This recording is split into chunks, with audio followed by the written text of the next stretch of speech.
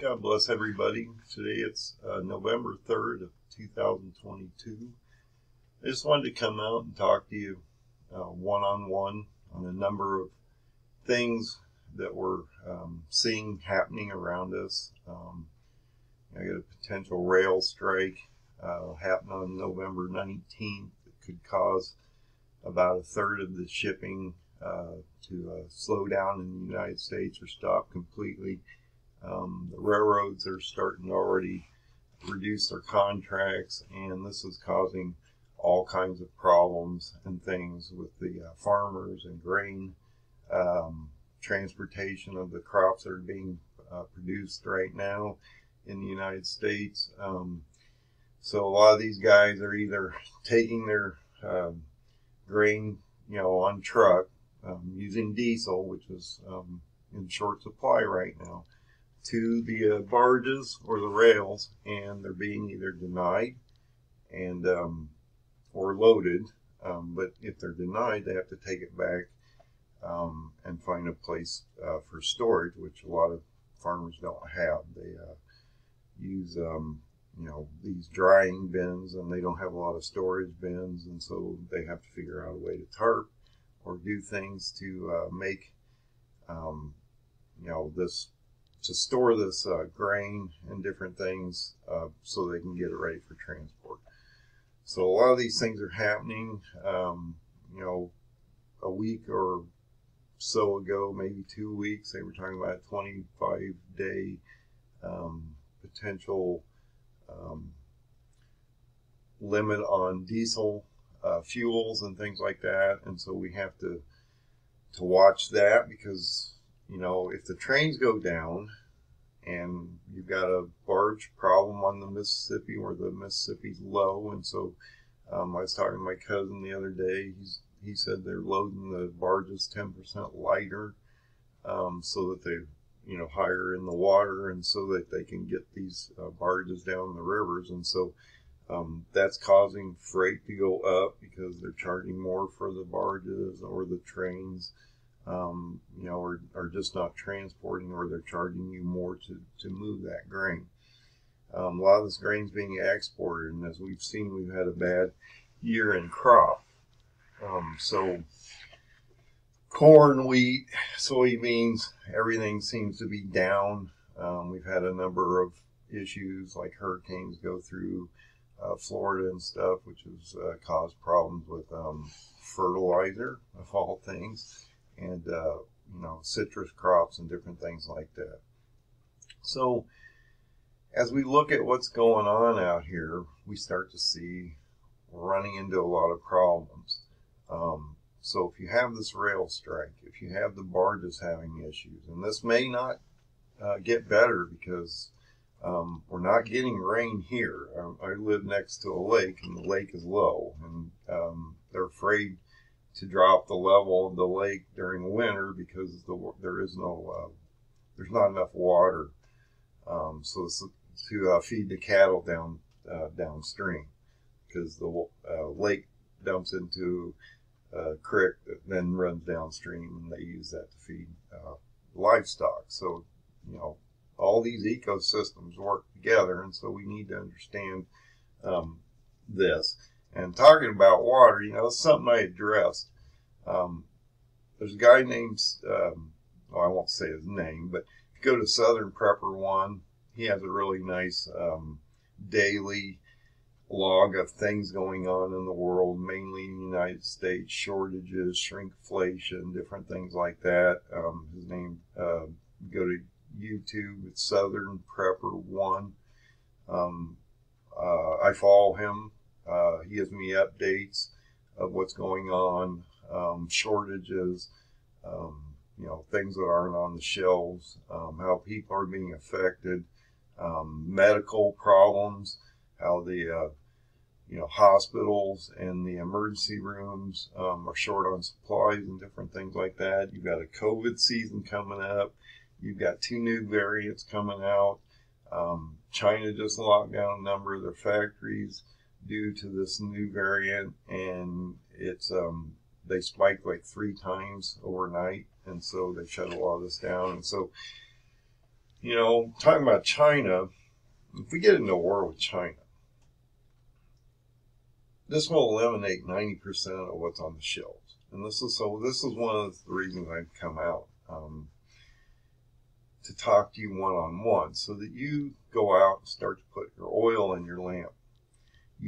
By putting your oil in the lamp, what I mean by that is stocking, prepping, getting ready for even a bad event. You know, even if this isn't potentially World War III or whatever, if you have a massive strike in the United States, or if you walk in the winter and you know that fuel and food and heating fuel and other things are so much more expensive, you need to prepare, take a few cans of food and put them aside, start to build a pantry, start to put 3-6 months of food away, so that food's going to be much cheaper if you buy it now than if you buy it a year from now.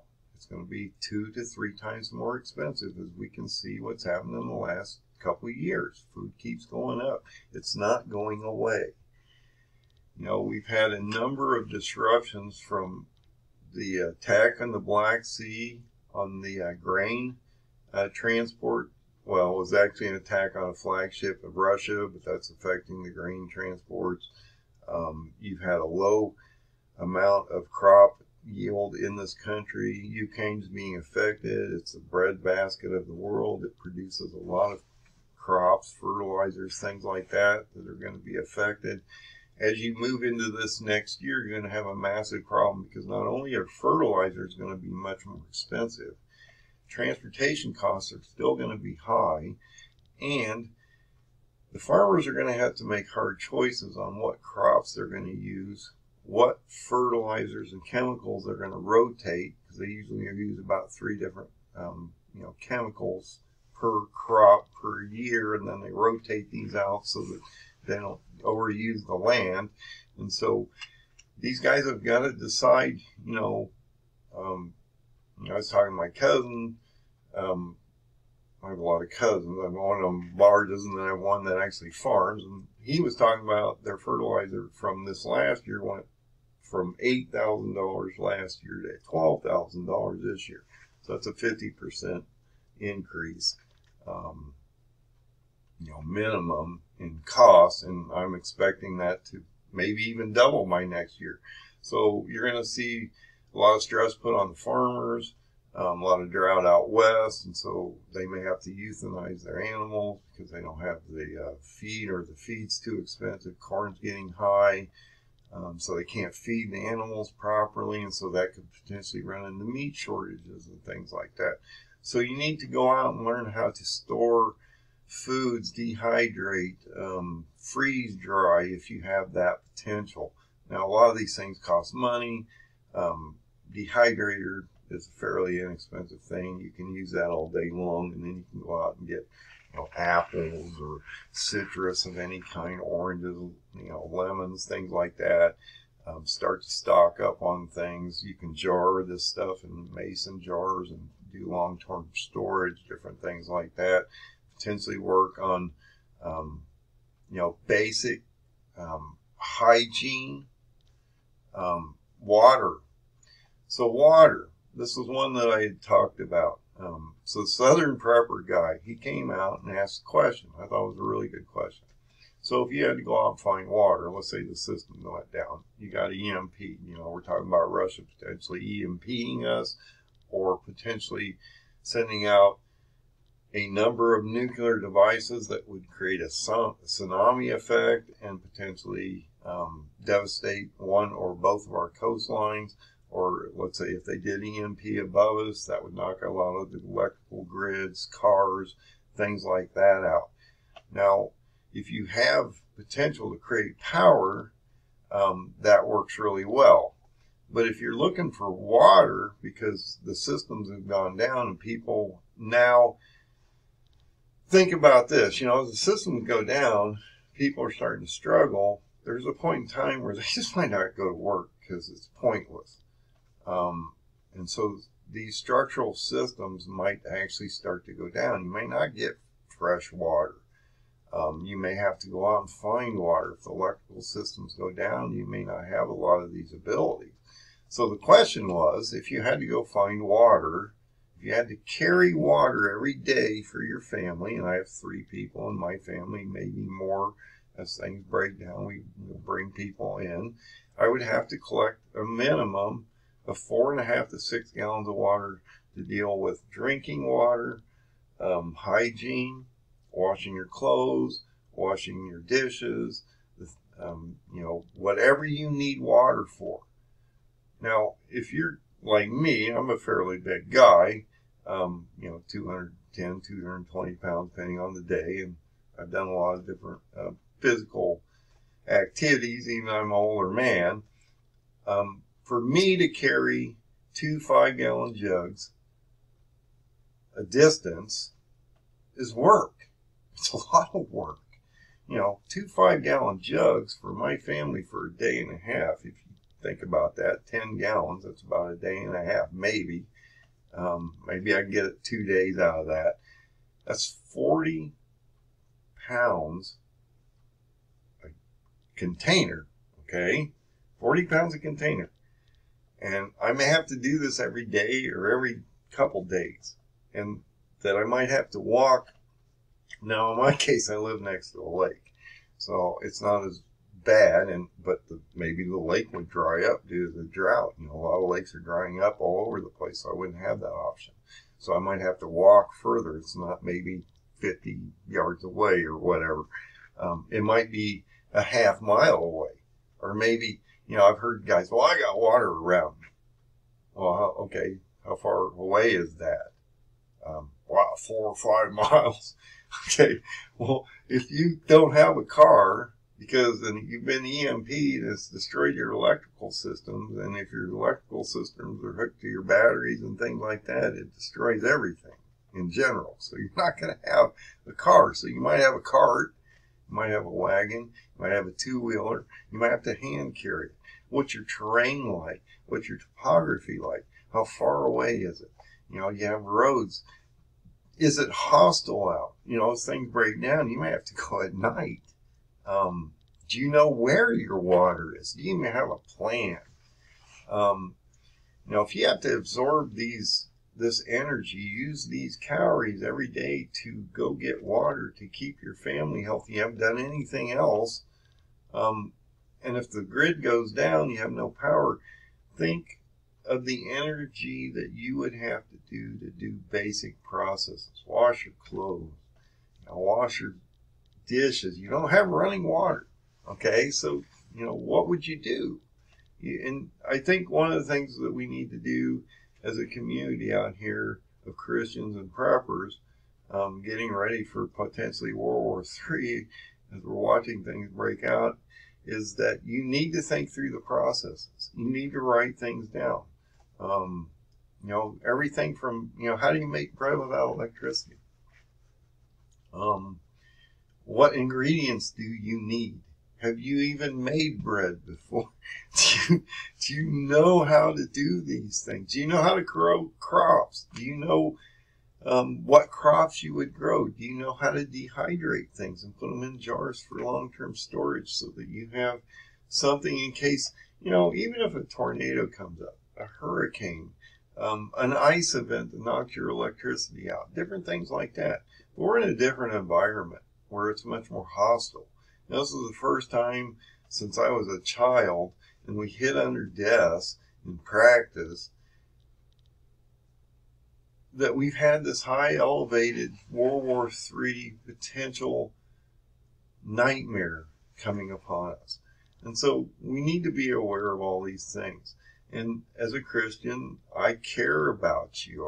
I love you as a fellow Christian, and I want you to not be worried, be in the faith of the Lord. The most important thing we have is our faith. Okay, so, but faith can only take you so far in the material realm, and God will provide for us. I've heard, God will provide for you. But he told you to place oil in your lamp, that you needed to put things away. That's what he talks about in the Bible, is getting the bride ready for the wedding, okay, that you need to prepare to put oil in your lamp, that you would have a very specific time in the future, which is now. We're breaking the seals. It's pretty hard to see we're not breaking the seals. If you aren't, then you need to go read Revelation chapter 6 and see what those seals are about and how they might be, especially the first 4, might be affecting us. And I believe we're going to see a number of effects and different wars break out. I talked about these things in other videos. I'm not going to go over that now. This is just to sit down and tell you that I'm concerned about your well-being, that you need to find the Lord Jesus. You need to pull the skeletons out and talk to talk to him and eliminate a lot of those skeletons out of your closet before we meet him. But you also need to prepare food and water, hygiene, warmth, power, medical, things that you're going to need to be able to get through the next almost 5 years. And I talked about that end date, and I know we don't like to set dates, but it's the Feast of Trumpets of 27. I believe that's possibly the date that he's going to come back and take us away from all this misery, and look how it's going to break down. I talked about the 6th seal event potentially at the end of next year. That's a global earthquake event. It changes the skies. You may not even be able to grow food anymore. The skies roll back as a scroll. You see stars falling from the sky, probably pummeling Gog's armies that are attacking Jerusalem. Wow, that's an interesting thing, because you talk about the wrath of the Lamb and the Son, which is not the same as the bowls in Revelation 15:1. This is the wrath of the Lamb in Revelation 6:16 in the 6th seal. Okay, and then if you go to Revelation 8:1 and 2, it says what? 7 seals break, half an hour of silence, and then we start to see the trumpets handed out and blown, which will take you into the 5th, 6th trumpet, which is when the Antichrist rises and the bottomless pit opens. So, and if you look at the 5th trumpet, it says the star falls from heaven and comes to the planet, and we have him for basically 1,260 days or 3.5 years. And so, another thing we should be talking about is this CBDCs, the cryptocurrency, the BRICS, and also our digital currency. And so what is happening there that's going to affect you in the near future is that we're going to see, as we have, Saudi Arabia is now moving away from the petrodollar. We've made everybody basically mad at this point, and not a lot of countries are working with us. And so everybody's moving to the Eastern Bloc countries, or the BRICS, which is a basket of different currencies. You have, let's say, India, you have China, you've got Russia, you've got all these digital or these fiat currencies that they're going to back by gold. Okay, through this basket of currencies that they'll buy denominated yuan or whatever. They'll go out and buy oil instead of using the dollar. They won't use the petrodollar anymore. They'll remove us as the fiat currency of the reserve of the world. So that could just go away. And that's why we're in a much better place right now than most countries, because we have the reserve currency. And so as our dollar strengthens, we watch all these other currencies basically falling. The yen's falling, the lira's falling, British pound almost collapsed the other day. China's money's being devalued through this. And so what's happening is a lot of these countries are selling off their treasuries and bonds to the United States. They're selling them off so that they can get, they can back their purchases, because they have to sell their bonds, they get their money, but then they get converted to their of currency, which is worth less, and so they have less buying power, and so that's one of the reasons the central banks came out the other day and told Powell, hey, you got to stop raising rates. And then what did he do? He came out and said, well, no, I can't. I have to fight inflation, and we have to create unemployment, and I can't pivot.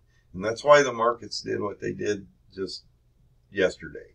800-point swing from a 400-point, or it was about a 900-point swing actually, went from 400 positive when he did the rate change of the 0.75, and we knew that was going to happen because the numbers, unemployment's still low, which means they're not getting that mandate because they require people to lose their jobs to stop inflation, to slow the economy down.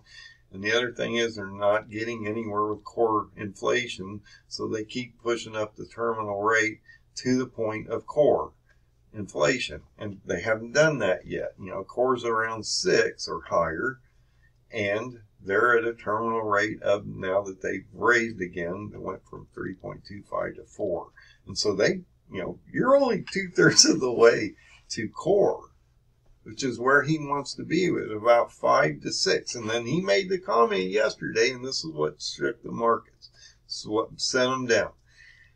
He said, look, I can't stop and pivot, and we're probably going to have to raise rates higher than what we thought we were going to. And so this is going to cause a lot more pain.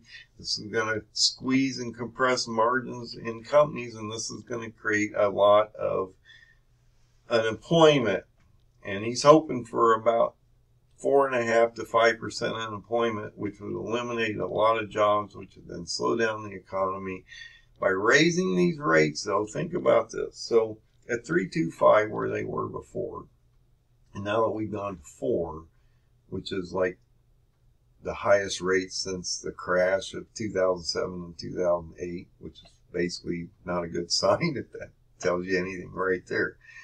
So before he raised, housing mortgages were at about 7%. Okay, they were about 3.5% before he started doing these 75 rate hikes, and he's done 4. Okay, we haven't seen 75 rate hikes in like 30 years. You know, I mean, it's just not done. Now we've seen 4, and he's going to keep continuing because he told you he was going to keep continuing. He's going to go up at least another 50 in December, and he's going to go up another 50 in February, which would be the next one. And then he'll have to determine where core is. And what the Fed is doing is this. It's real simple to understand what he's trying to accomplish here, because this is what has happened in the history of time. You know, I'm big into history. So the Fed is chasing the 2-year bond rate with his terminal rate. Okay. And he's saying, okay, well, I'm now at 4, but because the markets went up and then down and it sent the bonds into a massive dive, they're at about 4.7. Okay. So if that's the case, he has to probably get to 5, because he's forcing, as this moves up, he's trying to meet it. And when he crosses these 2 lines, when he actually crosses the 2-year with his core or his terminal, he'll pivot. That's when he'll pivot. And the reason he is going to pivot at that time is that's how it's always happened in the past. You can go back and look at the charts. If you lay the Fed pivot over the top of the 2-year bond, you'll notice that he's chasing this right now. So that, let's say this is the 2-year bond. He's here, okay? But it's moving up. So he's trying to figure out how, and that's why he doesn't know. He doesn't know where neutral is, because this is moving up and he's chasing it. But when this crosses, you'll start to see this collapse. He'll pivot. That will send the markets up. That will force the dollar to devalue and fall. That will change the bonds. The bonds will crash. And a number of things will happen. And so he's chasing that 2-year. And he will not pivot until he catches it. And if the core keeps moving up, if inflation keeps moving up, and that's what he's talking about, you cannot, look, there's 2 ways to fight inflation. If you go back in the time of history, you have to get people to stop working and slow the economy down. So it talks about carnage in employment. Unemployment has to occur. The other thing that you have to do is you have to get your rate above inflation. It's that simple. If you can't get over inflation, you're never going to fight this animal. You're going to entrench it, and it's going to be here. Well, it's going to be here for years. It's not an overnight sensation to get rid of inflation. It takes sometimes decades to get rid of inflation. And this kind of inflation could take 20, 30 years. It's not going to happen overnight, and it's entrenched. And even if it drops, it's not going to drop to 2% like Powell tells us. And if he does take it to 2%, he's going to have to do a Volcker. Okay, Volcker he raised like 12% in one shot, and it just shocked the whole market. Powell wants to be a Volcker, but he's not going to be a Volcker at doing 0.75s. And if your actual core is not 6% inflation, it's more like 12 because it's underreported. It's probably about half of what it really is. And you can look at that in fuel, food, and other costs, mortgage, rents, things like that, cars and different things like that. This is a much higher inflation rate than 8% or 8.5%. So we need to look at all these different things. There's so much going on out here. But I wanted to come out here. I'm not going to go much longer. It's about 30 minutes. But I just wanted to come out. I wanted to address a few of these issues. Watch the Kurds. There's 2 prophecies going on here. Daniel 8 and Isaiah 28 to 38. And it's real simple. Isaiah 28 to 38 says this. It's a past to future prophecy. I've been talking about this forever, and no one else is. And so you need to understand what's happening here. The prophecies of Isaiah 28 and 38 and Daniel 8 go like this. Real easy prophecy. So Isaiah goes to the king of Israel because the king of Israel now has aligned with Egypt and Turkey. And Isaiah tells the leader of Israel, look, this is a bad day because you should be relying on God and not these other nations to protect you. And because of this, what's going to happen is Turkey, or the Babylonian, is going to attack Iran. Now, this will occur once we see the Medes or the Kurds align with the Iranians or Persian. What are we having over there right now? Massive protests. Iran's talking about potentially an attack on Erbil, but there's 10 million Kurds in the country, and we just had that young woman killed over there, and so that's going to cause all kinds of problems with the Iranian government as they're trying to quell this down, and they're going to have to do something to quell this down. So that's going to be an alignment probably. But they're threatening Erbil, which is the regional capital of the Kurdistan people, because we have a green zone there. So they were talking about attacking the United States. Well, okay, what are they attacking? They're going to be attacking the green zone. Okay. This is a problem, though. And Daniel 8 says, once the Medes or the Kurds align with Iran and Persia, we would see Turkey smash them. So we're 2 prophecies right now are possibly playing out. Isaiah 28 through 38 says Egypt and Turkey would align with Israel. Turkey would then smash Iran. Isaiah says that's going to turn out bad because Turkey's then going to come back around and attack you also after they destroy Iran. which is what I've been talking about for a long time. Daniel 8 will occur. Turkey will attack Iran once the Kurds join. They'll go down to Egypt, which is an interesting thing because Iran is now talking about attacking Saudi Arabia, which is where they're going to have to go through Saudi Arabia to get to Egypt. They also probably are going to have to go through Jordan and possibly Israel because there is no way through to Egypt because there's called the Red Sea sitting there. Well, once they get to Egypt, they're going to end back up in Israel between the two seas and then attack them with 10 full nations probably by the end of 23. I say October based on my paradigm. I've done a video on the paradigm. You can go out and look at that. It's called the Enoch's excuse me.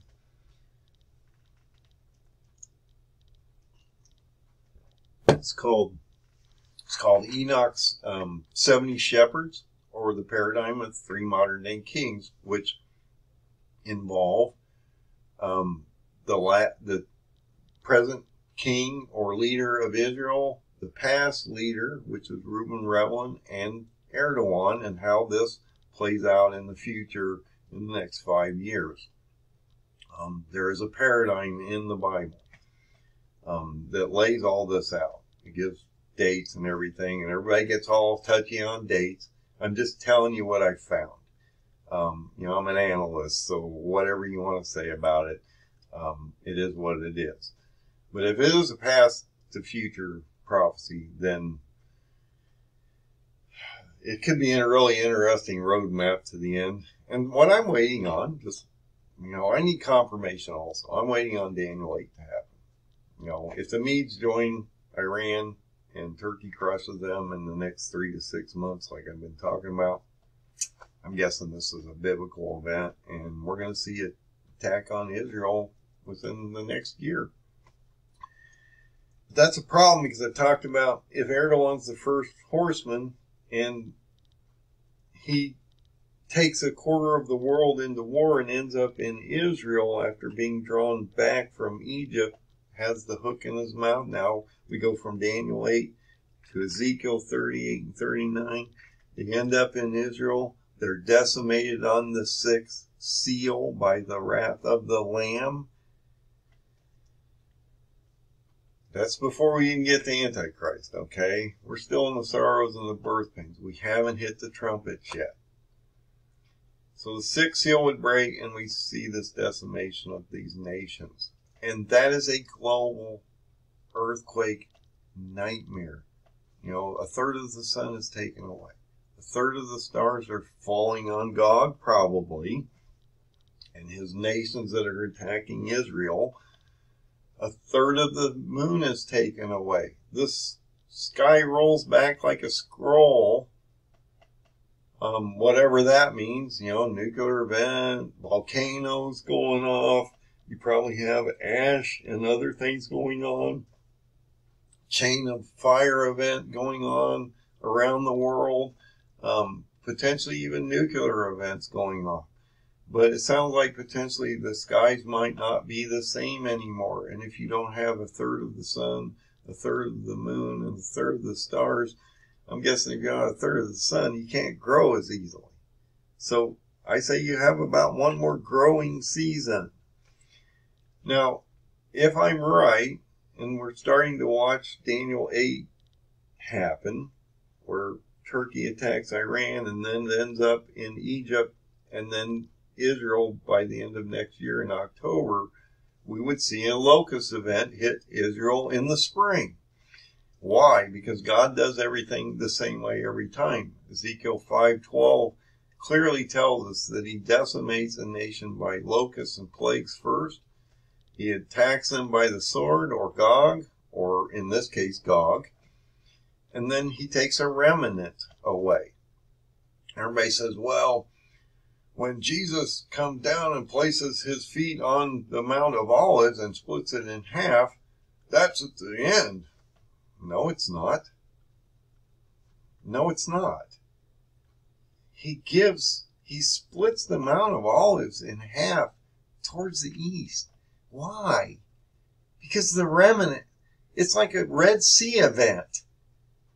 This remnant is removed to Jordan because they're the true believers in Jesus. The Jews that truly believe in the Lord Jesus will be rescued in Israel. Okay? And when he comes down with the wrath of the Lamb in Revelation 6:16, he places his feet on the ground and he splits this place in half and gives these people a way to get out of there for the 1260 days that they're hidden. And that may be a radical theory, but I think it makes sense. And no one's talking about these Medes and Kurds and things. We need to be watching this stuff. You know, if Erdogan's the catalyst or the white horseman's going to bring quarter of the world to war, and he's going to end up in Israel, which breaks the sixth seal within the next year, you have very little time to get ready because you're not going to be pre-raptured. I'm sorry, I've talked about this many times, and you are not being taken away until the fall feast of 27. Okay? Before Psalm 90:10, which is the strong generation. How does that work? The nation of Israel was founded in May 14th of 1948. A normal generation of 7 years. That's 2018. Okay? A strong generation is 80 years. And he clearly says, if you look at Psalm 90:10, that all things would occur.